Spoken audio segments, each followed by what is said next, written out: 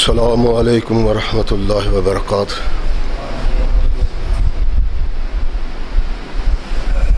الحمد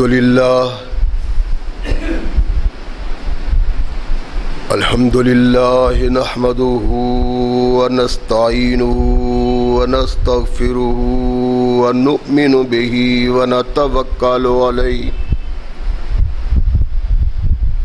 ونعوذ باللہ من شرور انفسنا ومن سیئات اعمالنا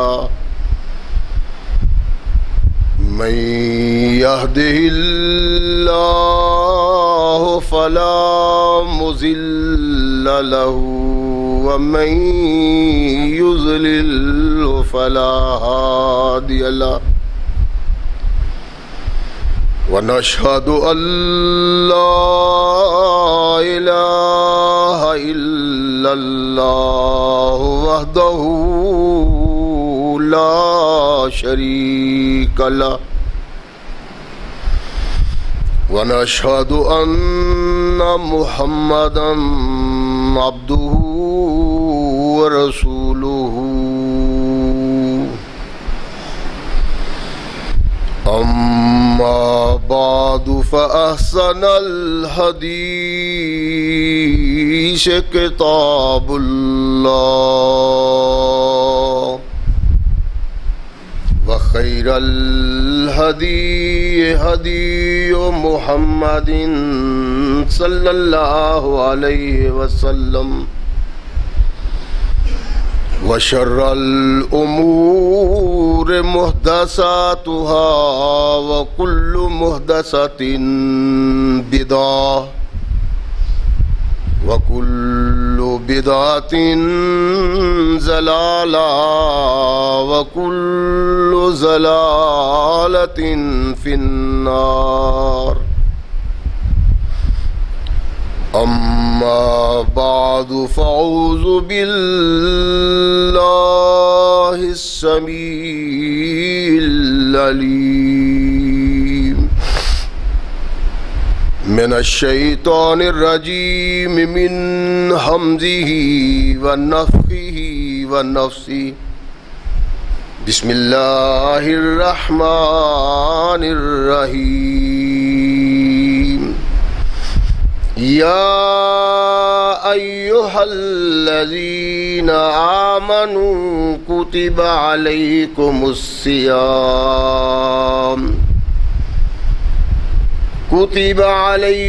الصيام كما كتب على الذين من قبلكم لعلكم تتقون۔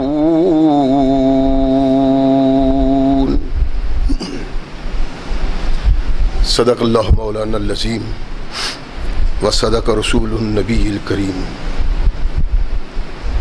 ہر قسم کی حمد و ثنا، تعریفات و توصیفات اس خالق و مالک کے لیے ہیں جس نے ساری کائنات کو تخلیق دیا اور اس کی حسن و آبادی کے لیے حضرت انسان کو تخلیق فرمایا۔ کروڑوں درود و سلام اس ہستی اقدس و مقدس پہ کہ جس کا نام نامی اسم گرامی ہے محمد صلی اللہ علیہ وسلم۔ لاکھوں رحمتیں ان نفوس قدسیہ پہ کہ جنہوں نے سرور کائنات علیہ الصلاۃ والسلام سے اس ضابطۂ حیات کو وصول کیا اور اس کو ہم تک پہنچانے کے لیے اپنا تن من تن قربان کر دیا۔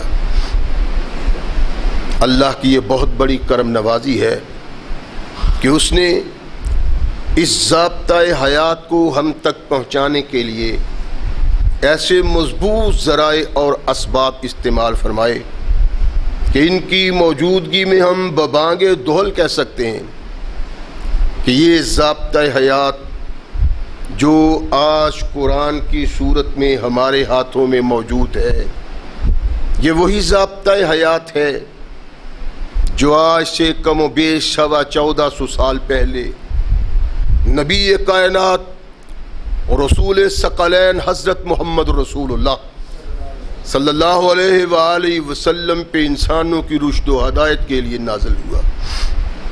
اللہ کی اس کرم نوازی پہ ہم جس قدر بھی اس کا شکریہ ادا کریں، کما حق کا ہو اس کا شکریہ ادا نہیں ہوتا، اس لیے کہ یہ ضابطۂ حیات وہ دستور المتقی ہے کہ اگر انسان اس سے تعلق پیدا کر لے تو یہ قرآن اس کی دنیاوی زندگی میں ایک عظیم انقلاب پیدا کر دیتا ہے، اور اگر اس کو اپنے جسم و روح پہ جاری و طاری کر لیا جائے تو یہی وہ واحد ضابطۂ حیات ہے جو انسان کو دنیا کے ساتھ ساتھ عقبہ کی کامیابی کی ضمانت بھی دیتا ہے۔ مگر سدحیف ایسے ضابطۂ حیات کی موجودگی کے باوجود ہم تختہ ارض پہ ایسی بدنصیبی کی زندگی بسر کر رہے ہیں کہ شاید ایسی بدنصیب قوم کوئی دوسری نہ ہو، جبکہ ہم تو وہ ہیں جنہوں نے ساری اقوام کو جینے کا سلیقہ دیا اور انسان کو انسانیت سے آگاہ کیا، وہ جنہوں نے ساری کائنات کی رہنمائی کی، آج اپنی بد نصیبی کے سبب، اپنے بد اعمال کے سبب یوں تہے زمین چلے گئے کہ اس بد نصیبی پہ جتنا بھی افسوس کیا جائے، جتنے بھی دکھ کا اظہار کیا جائے، یہ کم ہے۔ ایک دین اسلام ہی ایسا باضابطہ دستور رکھنے والا دین تھا کہ جس دستور میں انسانوں کی رہنمائی اس انداز سے کی گئی کہ ایسی رہنمائی اس سے پہلے آسمان سے آنے والی کتابوں نے بھی نہیں کی۔ انسان کو باکمال بنانے میں جو کردار اسلام نے ادا کیا ہے وہ صرف اسلام ہی کا حق تھا، لیکن بدنصیبی دیکھیے کہ جو ہیرو تھے وہ آج تختہ عرش پہ زیرو نظر آتے۔ اس کا سبب یہ ہے کہ ہم نے قرآن سے تعلق پیدا کیا، محمد رسول اللہ صلی اللہ علیہ وسلم سے رابطہ پیدا کیا، مگر صرف پہچان کی حد تک کہ ہم مسلمان ہیں، اللہ کی توحید کو مانتے ہیں، محمد الرسول اللہ کی رسالت کو مانتے ہیں، قرآن ہمارا ضابطۂ حیات ہے، بس زبانی کلامی، وگرنہ قرآن کی رہنمائی، رسول اللہ کی سنت، اللہ کے نبی کی رہنمائی، اس سے ہم کوسوں دور چلے گئے۔ یہی دوری ہماری تباہی کا سبب بنا۔ انسان اپنی فطرت کے تقاضوں کے تحت بغاوت کی زندگی بسر کرتا ہے، گناہگاری کی زندگی بسر کرتا ہے، اس کے سامنے آخرت نہیں، اور یہی سبب ہے کہ پورے تختہ عرش پہ انسانیت آج پریشان ہے۔ اور اگر ہم چاہتے ہیں کہ اس دور سے نکل جائیں تو اس سے نکلنے کا واحد طریقہ، واحد راستہ اللہ کا قرآن اور محمد رسول اللہ کا فرمان ہے۔ جب تک ہم اس سے باغی رہے جب تک ہم اس سے اعراض کرتے رہے، جب تک ہم اس سے پہلو تہی کرتے رہے، جب تک ہم نے اس کو پس پشت رکھا، تب تک دنیا میں وہ وقار حاصل نہیں کر سکیں گے جو محمد رسول اللہ اور ان کے صحابہ نے کیا ہے۔ اس کے لیے ہمیں ویسا ہی ایمان پیدا کرنا ہے، ویسا ہی تقوی پیدا کرنا ہے، ویسی ہی پاکیزگی پیدا کرنی ہے، ویسی ہی مقدس سوچ پیدا کرنی ہے۔ اور اس مقدس سوچ کو پیدا کرنے کے لیے باقاعدہ ایک نظام تھا جو اللہ نے ہر امت کو دیا کہ اپنے دل کی پاکیزگی، اپنے دل کی طہارت تم کس سے کر سکتے ہو اور کیوں کر سکتے ہو؟ اللہ نے قرآن میں اس کا ذکر کیا ہے اور مسلمانوں کو مخاطب کر کے کہا ہے کہ اے ایمان کا اظہار کرنے والو، اس بات کو پیش نگاہ رکھو کہ اللہ چاہتا ہے تمہیں پاک اور مقدس بنا دے۔ اس تقدس کو حاصل کرنے کے لیے تمہیں تھوڑی سی کوشش کرنی ہے، تھوڑی سی مشقت کرنی ہے، تھوڑا سا بوجھ برداشت کرنا ہے۔ اگر تم کر لو تو اتقاء اور پرہیزگاری میں جو تم مقام حاصل کر سکتے ہو کوئی دوسرا نہیں کر سکتا۔ ارشاد فرمایا یا ایھا الذین آمنوا کتب علیکم الصیام، اے ایمان کا اظہار کرنے والو، اے ایمان کا دعویٰ کرنے والو، اللہ نے تمہارے لیے روزہ لکھ دیا ہے۔ اور یہ صرف تم پہ بوجھ نہیں، محض تم پہ دباؤ نہیں رکھا، بلکہ یہ وہ مقدس فریضہ ہے جو تم سے پہلے تمام وہ قومیں اس کو اختیار کیے ہوئی تھی، جن کا نظام، جن کا دستور، جن کی رہنمائی آسمان سے ہوتی۔ فرمایا اور اس کا مقصد کیا ہے کہ تم مقدس بن جاؤ، پاک باز بن جاؤ، بہترین انسان بن جاؤ، ایسے انسان جو اللہ کو محبوب ہیں، اللہ کو مقبول ہیں اور اللہ جیسے انسان چاہتا ہے۔ وہ انسان بننے کے لیے تمہیں اپنی پاکیزگی اور طہارت کے لیے خود کو سکل کرنا ہے۔ اور تم کس طرح سکل کر سکتے ہو؟ ارشاد فرمایا کہ اس کے لیے ضروری ہے کہ تم روزہ رکھو، اور اللہ نے باقاعدہ ایک مہینہ مقرر کیا کہ اس مہینہ میں سال بھر کی غلاظت، کمی، کوتاہی، خطاکاریاں اور گناہ گاریاں کا تم ارتکاب کرتے ہو۔ فرمایا اس کے بعد ان سے چھٹکارا حاصل کرنے کے لیے اگر تمہیں کوئی راہ نظر نہیں آتی تو ایک راستہ اللہ نے تمہیں دیا ہے کہ رمضان المقدس کے روزے رکھو اللہ کی رضا کے لیے، ایمان و احتساب کے ساتھ۔ فرمایا میں تمہیں گارنٹی دیتا ہوں کہ جتنی غلاظتوں اور گندگیوں سے تم آلودہ رہے ہو، تمام وہ گندگیاں تمہارے جسم و روح سے دور کر دوں گا اور تم متقی انسان بن جاؤ گے، پرہیزگار انسان بن جاؤ گے۔ روزہ ایک ایسا فرض ہے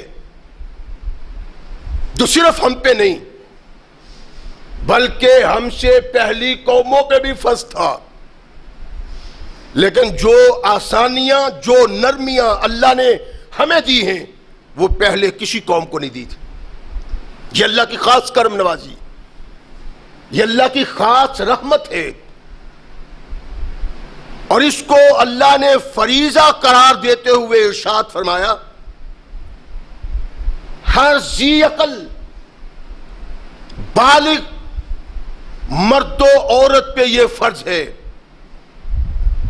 جو اپنے فرض کو نہیں نبھاتا وہ اللہ کے نزدیک معتوب ہے، مغضوب ہے، گناہگار ہے، اور اللہ کی نگاہ عتاب کا شکار بننے والا ہے. ہر ایک مسلمان کے لیے یہ ضروری ہے کہ وہ ماہ مقدس کے روزے رکھے، صرف بالغ کے لیے نہیں بلکہ نبی رحمت محمد رسول اللہ صلی اللہ علیہ وسلم اور صحابہ کے کردار سے نظر آتا ہے کہ نابالغ بچوں کو بھی اس کی دعوت دینی چاہیے،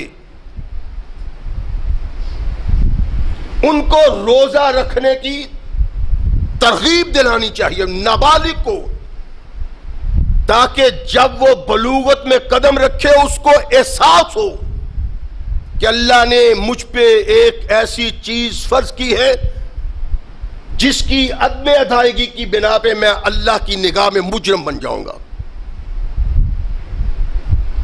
سیدنا فاروق اعظم رضی اللہ تعالیٰ عنہ کے متعلق ایک روایت آتی کہ بازار میں چل رہے ہیں، حسب معمول ان کے پاس تر رہا ہے، ایک شخص کو دیکھا جو شراب سے مست نظر آتا ہے، درے سے اس کو مارا اور ارشاد فرمایا بد نصیب آدمی، تم جوان ہو کے شراب پیتے ہو اور ہمارے بچوں نے بھی روزے رکھے ہوئے ہیں. اس کا مطلب یہ ہے کہ مسلمان اہل ایمان اپنے بچوں کو ترغیب دلانے کے لیے، نابالغ بچوں کو ترغیب دلانے کے لیے روزہ رکھوایا کرتے تھے، اور جب تک وہ تکلیف کے بغیر روزہ رکھتا ہے اس کو روزہ رکھوانا چاہیے کہ یہ کائنات کی ایسی خوش نصیبی ہے کہ ایسی خوش نصیبی کوئی دوسری نظر نہیں آتی. اور بڑا خوش نصیب وہ انسان ہے جو انسان ماہ مقدس کو پا لیتا ہے. یہ وہ مہینہ ہے جو مہینہ گارنٹی ہے مسلمان کے لیے جنت کی. کتنے خوش نصیب ہیں جو اس ماہ مقدس کو پا رہے ہیں، اور کتنے لوگ ہیں جو اس سے محروم ہو گئے، ہم سے جدا ہو گئے، اپنے اصل سفر کو اختیار کیا، دنیا کو چھوڑا اور آخرت کی طرف روانہ ہو گئے.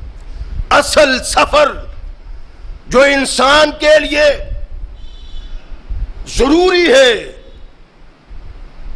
اس کے بغیر چارہ کار نہیں. فرمایا اس سے پہلے اللہ کی رضا کے لیے، اللہ کی خوشنودی کے لیے، اللہ کو راضی کرنے کے لیے وہ اقدامات کرو جن اقدامات کا تمہیں اللہ نے حکم دیا اور محمد نے حکم دیا صلی اللہ علیہ وسلم. بڑی خوش نصیبی ہے ان لوگوں کے لیے جو اس ماہ مقدس کو پا رہے ہیں کہ ایک اور موقع دیا اللہ نے. باغی انسان،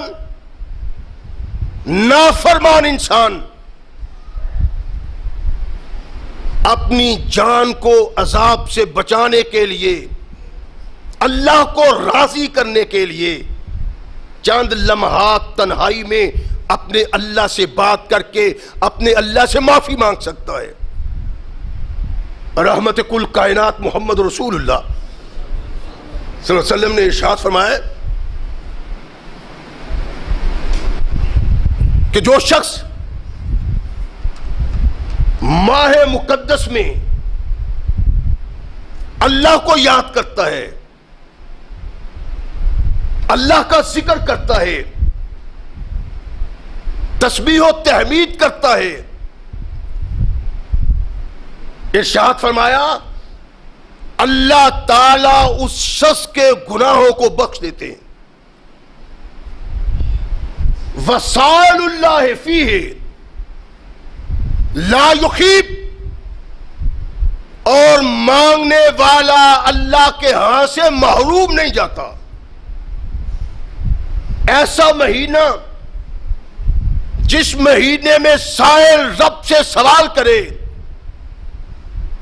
گناہگار رب کے دربار میں آ کے جھکے، باغی قدم پیچھے اٹھا لے، تو اس ماہ مقدس میں اللہ نے گارنٹی دی ہے کہ اس کے تمام گناہوں کو معاف کر دیا جاتا ہے. رحمت کل کائنات محمد رسول اللہ صلی اللہ علیہ وسلم ارشاد فرماتے کہ جب رمضان المقدس کی پہلی رات آتی ہے، یعنی جب چاند طلوع ہوتا ہے، رات چھاتی ہے، اللہ ایک منات کو آواز دیتا ہے اور ارشاد فرماتا ہے کہ سارے انسانوں کو پکار کے کہو، کوئی ہے جو مجھ سے سوال کرے، میں اس کو اس کے سوال کے مطابق دوں. کوئی ہے جو توبہ چاہے، میں اس کی توبہ کو قبول کروں. کوئی ہے جو مجھ سے بخشش چاہے، میں اسے بخش دوں. اللہ کے نبی نے ارشاد فرمایا 3 بار فرشتہ اللہ کے کہنے پہ آواز لگاتا ہے، ایھا الناس، او انسانوں، 11 مہینے تم نے ظلم و بربریت کی، اللہ کی بغاوت کی، اللہ کی نافرمانی کی، اسلام سے دور رہ کے زندگی بسر کی. اب آؤ، تمہارا اللہ کہتا ہے کہ اپنے اللہ کے دروازے کو کھٹکھٹاؤ، مجھے اپنے رحیم و قریب ہونے کی قسم تمام گناہ معاف کر دوں. اللہ ارشاد فرماتے ہیں. اور ماہ مقدس وہ مہینہ ہے جس مہینہ میں اللہ کی رحمت کی برکھا بہانے ڈھونڈتی ہے برسنے کے لیے کہ تو ذرا چھیڑ تو دے. تشنہ مضراب ہے ساز اور نغمے بیتاب ہے تاروں سے نکلنے کے لیے. فرمایا تو آئے اپنی آنکھوں میں آنسو لے کے، دل میں درد لے کے، اپنے گناہ سے گھبرا کے، اپنی سرکشیوں سے پریشان ہو کے، اور اپنے رب کے دربار میں سر جھکا کے اللہ کو کہے، اللہ میں تیرا گناہگار بندہ حاضر ہو گیا ہوں. اللہ ساری زندگی گناہگاری میں بسر کی، خطاکاری میں بسر کی، اللہ بخشے جانے کا کوئی راہ نظر نہیں آتا.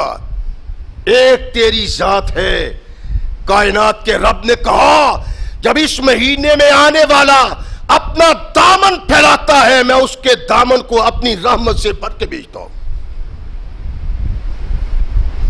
یہ وہ ماہ مقدس ہے جو ماہ مقدس انسان کو اس مقام پہ لاتا ہے کہ اس کے سارے گناہوں کو معاف کرنے کے لیے، اس کی گناہی کی سیاہی کو دھو ڈالنے کے لیے اللہ کی رحمت کی برکھا برستی ہے.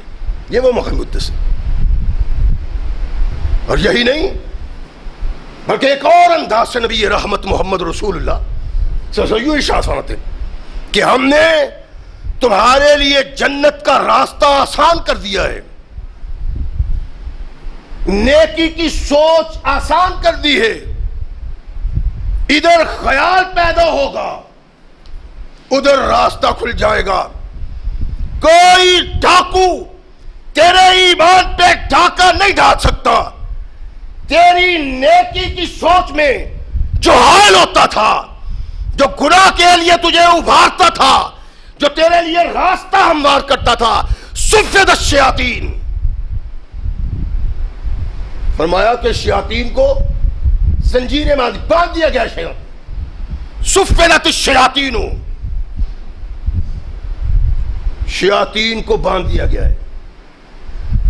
جس نے تمہیں راہ راست سے روکنا تھا اور جنت تمہارے قریب ہو گئی. جنت کے قریب ہونے کا سبب کیا ہے؟ تو نیکی کی سوچ لے کے آتا تھا, تیری راہ میں شیطان رکاوٹ بن جاتا تھا. وہ تجھے دلیلیں دیتا تھا, نماز پڑھنے نہ جاؤ, وقت ضائع ہوتا ہے, چلے جاؤ گے تو گاہک مڑ جائیں گے, نماز پڑھنے نہ جا, وقت ضائع ہوتا ہے. دوستو, احباب کی مجلس اور محفل تمہیں کھینچتی تھی اپنی طرف, اور سبب تھا کہ شیطان تمہیں اس طرف آواز دے کے بلاتا تھا, ترغیب اس کی. فرمایا تو اس میں کھو جاتا تھا, گناہ کا سوچا, شیطان نے تیری رہنمائی کی کہ اس کے ارتکاب کے بعد تو امیر ہو جائے گا. کرنا کیا ہے؟ کہا کہ ڈنڈی مارو تولنے میں, ملاوٹ کرو جنس میں, اس سے دولت آئے گی, مال و زر آئے گا, امیر بن جاؤ گے, عیش و طرب کی زندگی بسر کرو گے. تیرے دل میں سوچ آتی تھی, شیطان تیری رہنمائی کرتا تھا, چال آتا تھا. ارشاد فرمایا اس شیطان کو باندھ دیا گیا ہے. اب تیرے اندر خیال پیدا ہوتا ہے, اللہ تیرے لیے نیکی کا راستہ کھول دیتے ہیں.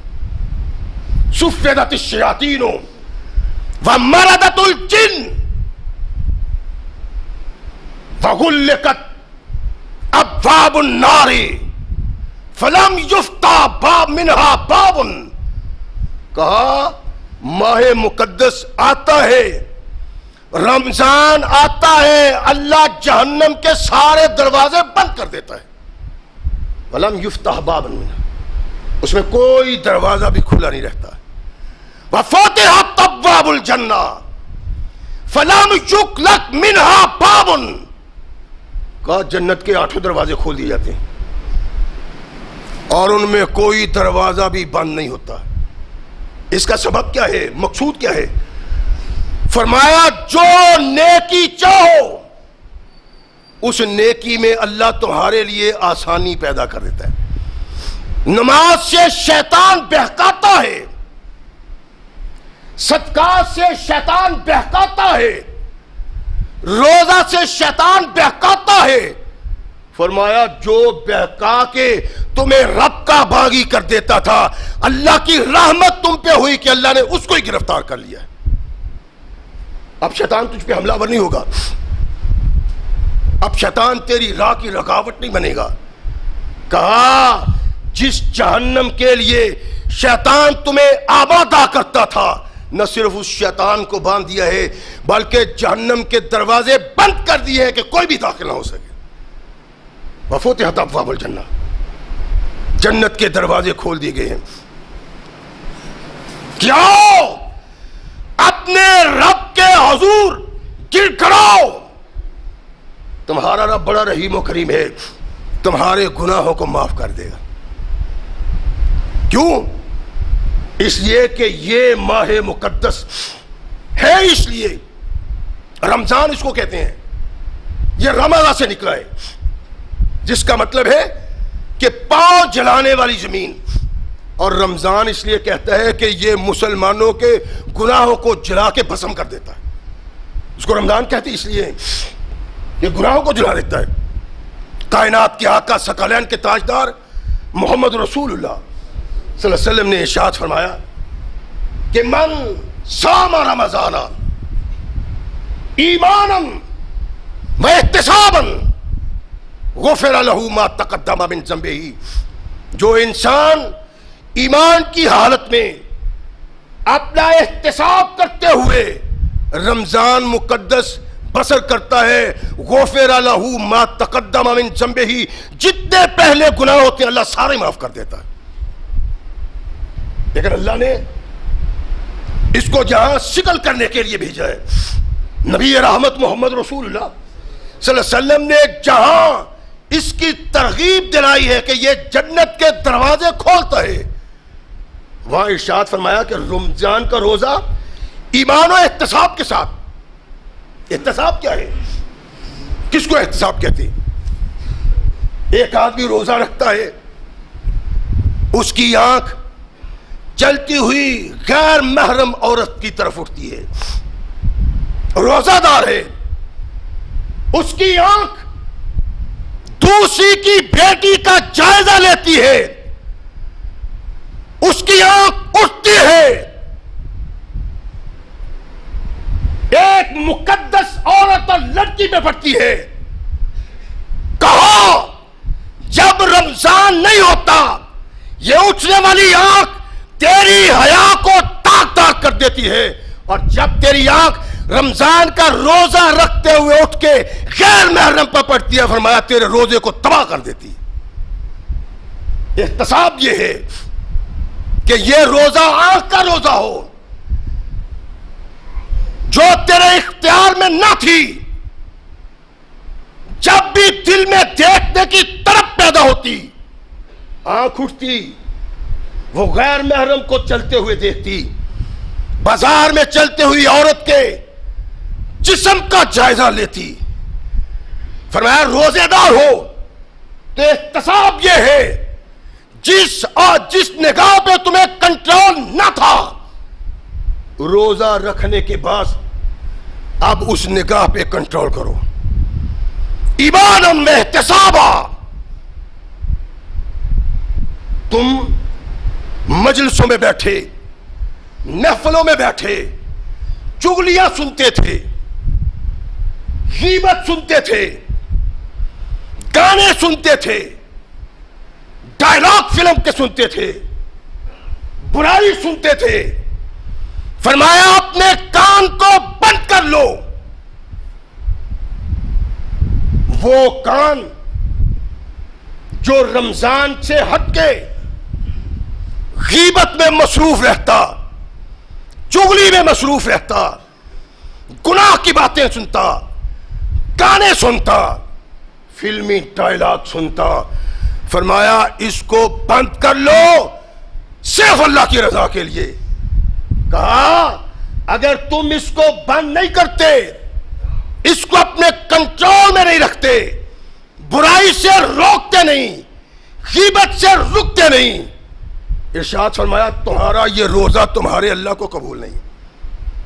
من صام رمضان ایمانم و احتسابا، جسے ایمان اور احتساب سے روزہ رکھا، یہ روزہ نہیں ہے۔ کان غیبت سنتا ہے، کان چغلی سنتا ہے، مجلس میں وہی کردار، مجلس کے وہی اعمال، غلط سننا، غیبت سننا، چغلی سننا۔ فرمایا تو نے روزہ رکھا ہوا ہے، تیرے ایمان کو تباہ کر دیتا ہے۔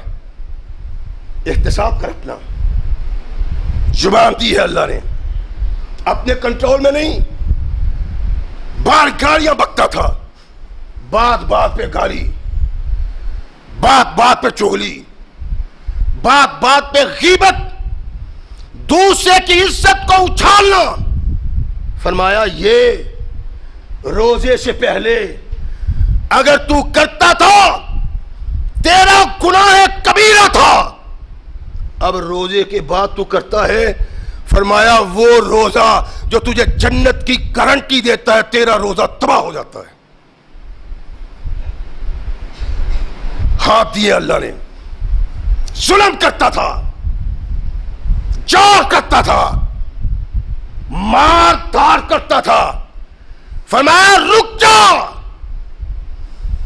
یا باغی الشر اکثر، اور برائی کرنے والے رک جا۔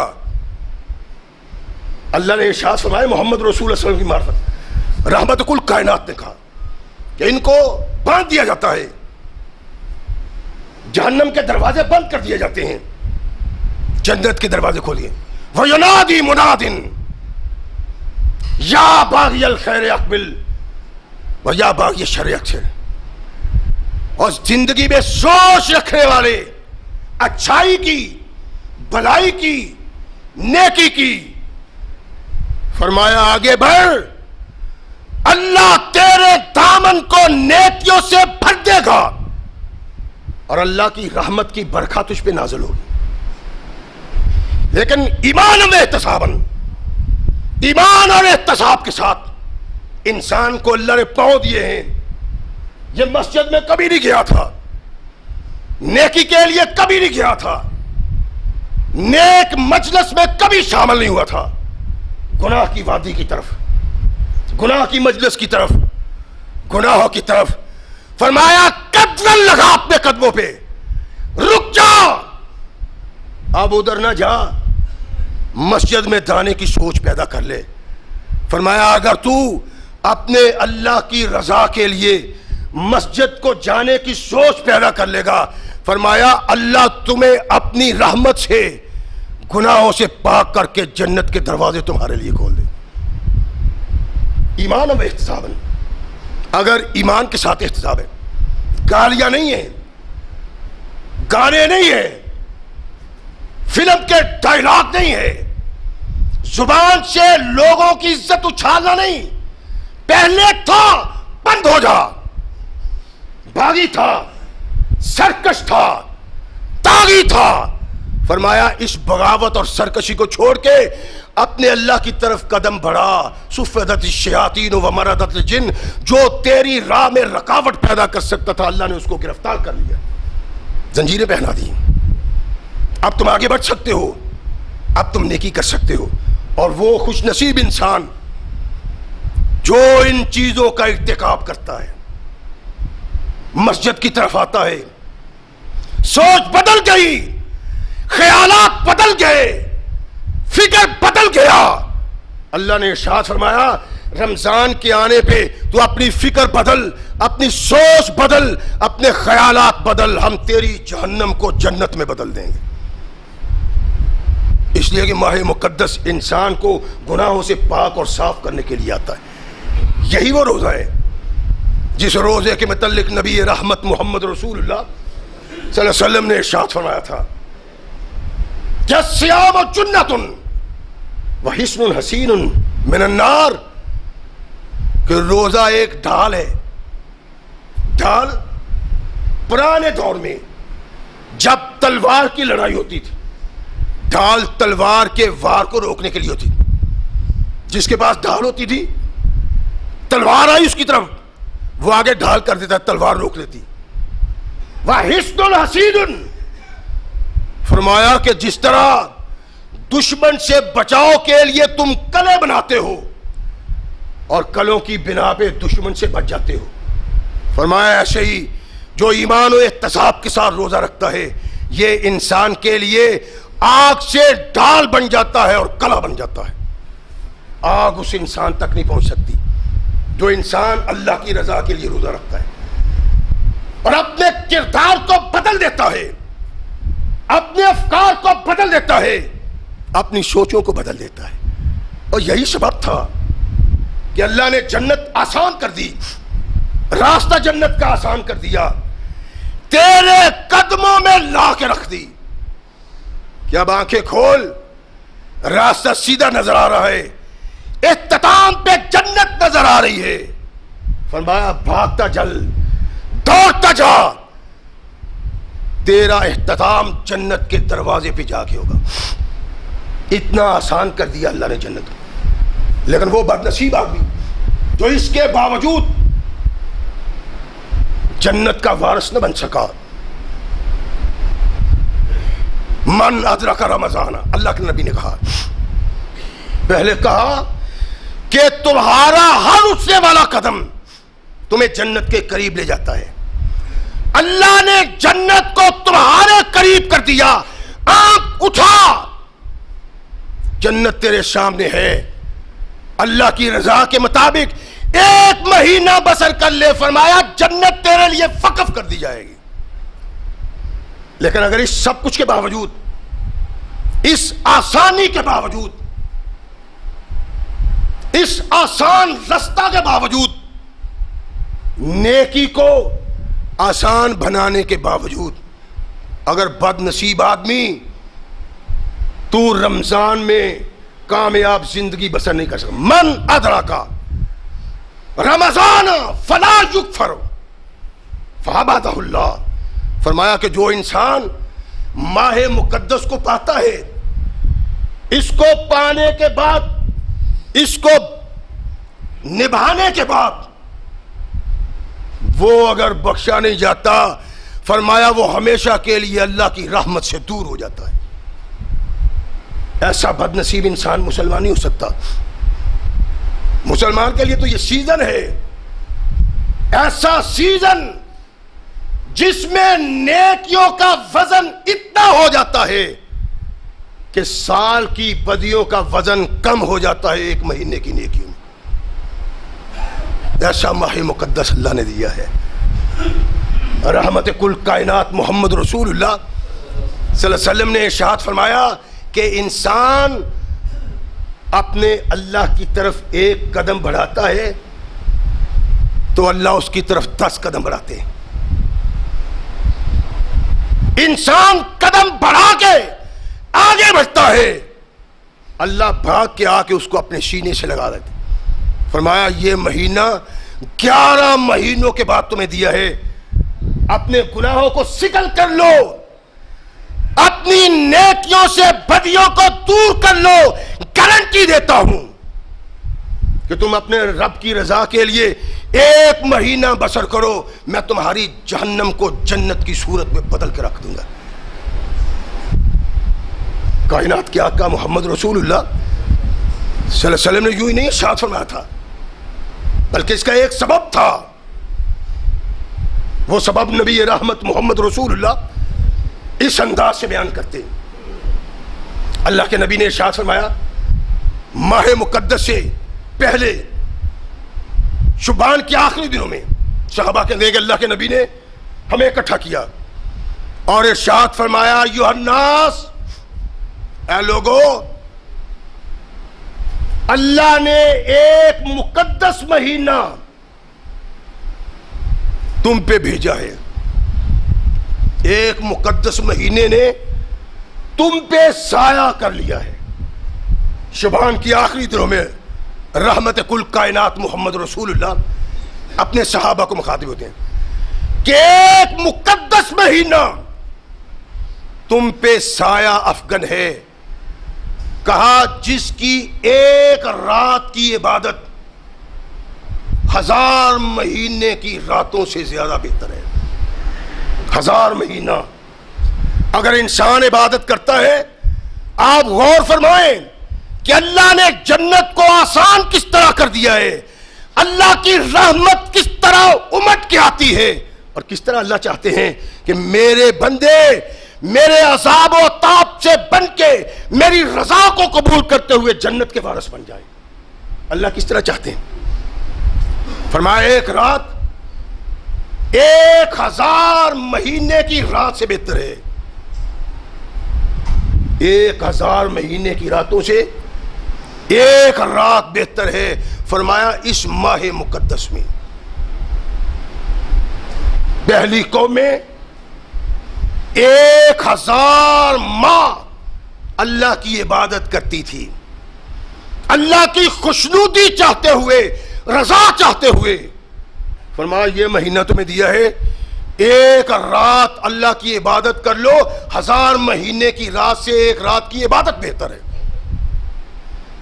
یہ خوش نصیب ہمیں کس طرح اللہ چاہتا ہے جنت ہمارے لیے، کس طرح اللہ نے آسان کر دیا راستہ، اور کس طرح اللہ کی رحمت امٹ امٹ کے ہماری طرف آتی ہے۔ رحمت کل کائنات محمد رسول اللہ صلی اللہ علیہ وسلم ارشاد فرماتے ہیں کہ اس مہینے کے روزے اللہ نے فرض کر دیے،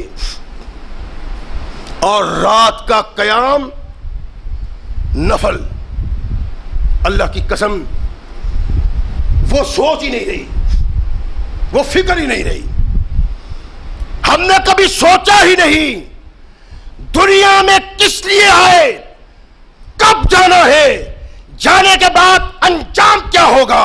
فرمایا جو شخص یہ انجام سوچ لیتا ہے اس کے دل میں رب کا خوف آ جاتا ہے، اور جس کے دل میں رب کا خوف پیدا ہو جاتا ہے اللہ نے اس پہ جہنم کی آگ کو حرام کر دیا ہے۔ لیکن خوف ہو تو صحیح، ارشاد فرمایا روزے کو فرض کر دیا اور قیام کو نفل. اب اپنی قوم کو دیکھیے، اپنے آپ کو دیکھیں، ہر آدمی اپنے گریبان میں جھانکے. ایسی بد نصیبی شاید دنیا میں کسی قوم میں کم ہو، بلکہ ہو ہی نہیں سکتا. جس قوم کو رب جنت کی گارنٹی دے اور تھوڑا سا مطالبہ، وہ اس مطالبے کو قبول کر کے جنت نہ پالے، یہ اگر بد نصیبی ہے تو اس بد نصیب قوم کی جس کو مسلمان کہتے. فرمایا رات کا قیام اللہ نے نفل قرار دے دیا ہے. نفل،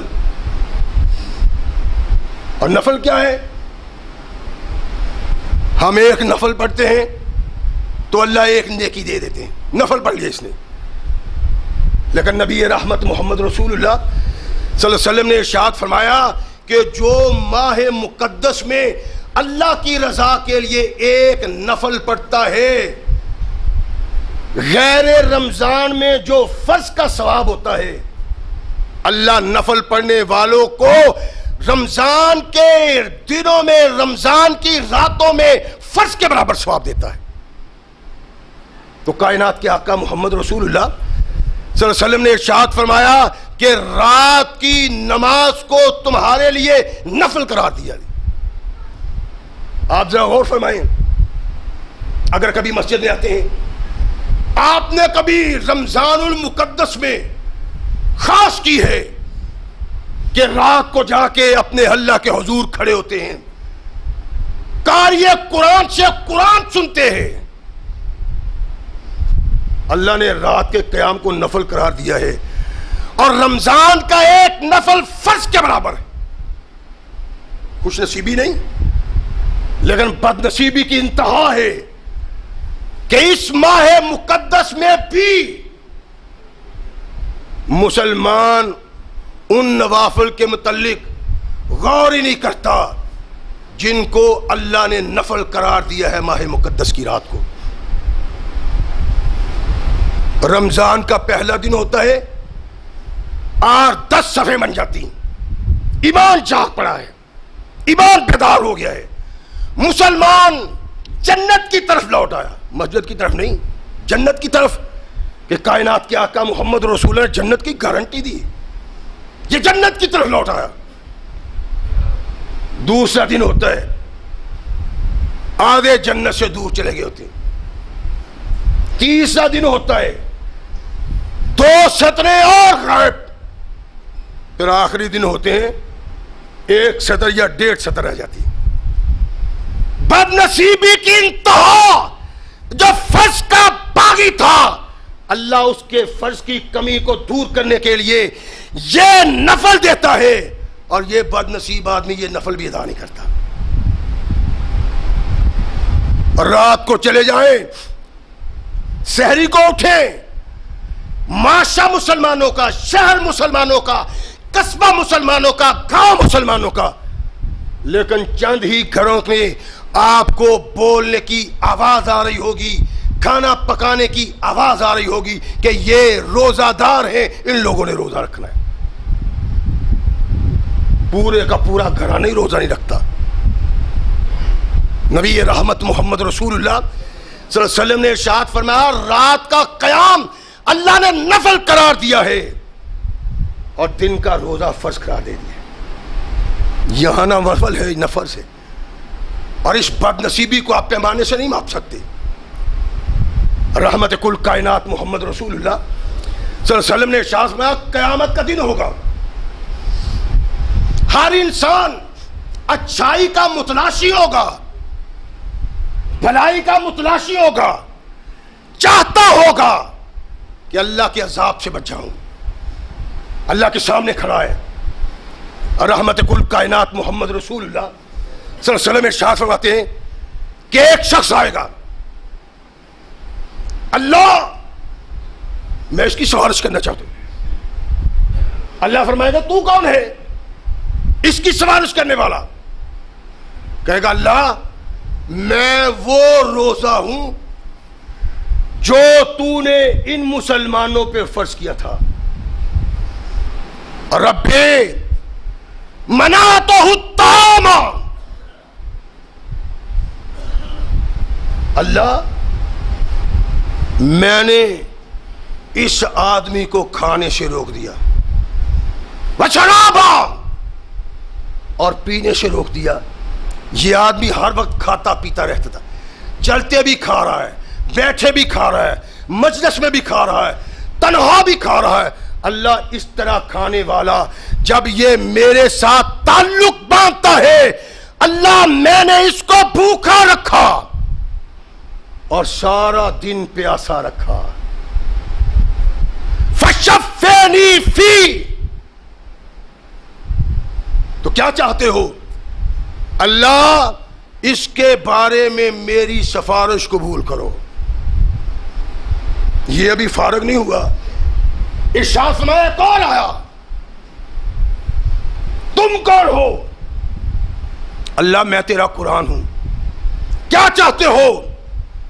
اللہ منعتہ النوم باللیل، یہ تو بڑی جلدی سو جایا کرتا تھا، ادھر شام کا کھانا کھایا ادھر سو گیا۔ اللہ ایسا سونے سے محبت کرنے والا، جب ماہ مقدس آیا رات کو اٹھ کے یہ قاری قرآن سے قرآن سنتا رہا، قرآن پڑھتا رہا۔ چاہتے کیا ہو؟ اللہ اس کے سلسلہ میں سفارش کرتا ہوں، کائنات کے آقا محمد رسول اللہ صلی اللہ علیہ وسلم ارشاد فرماتے ہیں دونوں کی سفارش قبول کر کے اس کو جنت کی طرح روانہ کر دیا جائے۔ سوچو تو صحیح، 1 گھنٹے کی بات ہوتی، 1 سپارہ سوا سپارہ، لیکن جوان مسلمان، طاقتور مسلمان، سارا دن کام کرنے والا 1 گھنٹہ اللہ کے لیے قرآن نہیں سنتا، 1 گھنٹہ اللہ کے لیے کھڑا نہیں ہوتا، اور گھنٹہ بھی وہ جس کے متعلق نبی کائنات محمد رسول اللہ ارشاد فرماتے ہیں کہ اس گھنٹے میں پڑھنے پڑا گیا قرآن قیامت کو اس کی سفارش کرے گا، اور اس کی اللہ سفارش قبول کریں گے۔ ہم نے سوچا بھی نہیں، کبھی خیال بھی نہیں کیا۔ رحمت کل کائنات محمد رسول اللہ صلی اللہ علیہ وسلم ارشاد فرماتے ہیں کہ ایسا ماہ مقدس جس میں 1 نفل فرض کا ثواب دیتا ہے، اور فرمایا جو انسان ماہ مقدس میں 1 فرض پڑھتا ہے اللہ اس کے نامہ اعمال میں 70 فرضوں کا ثواب لکھتا ہے۔ 1 فرض پڑھنے والا، کچھ نہ پڑھیے، 4 رکعتیں ظہر کی، 4 عصر کی، 3 مغرب کی، 4 عشاء کی، 2 صبح کی، اور ان کو 70 سے ضرب دیں، 1 دن میں آدمی 5 نمازیں پڑھنے سے اتنی نیکیاں اور اتنے درجات پا جاتا ہے۔ یہ ماہ مقدس کی کام ہے۔ اللہ کے نبی نے ارشاد فرمایا یہ صبر کا مہینہ ہے، یعنی انسان روزہ رکھتا ہے،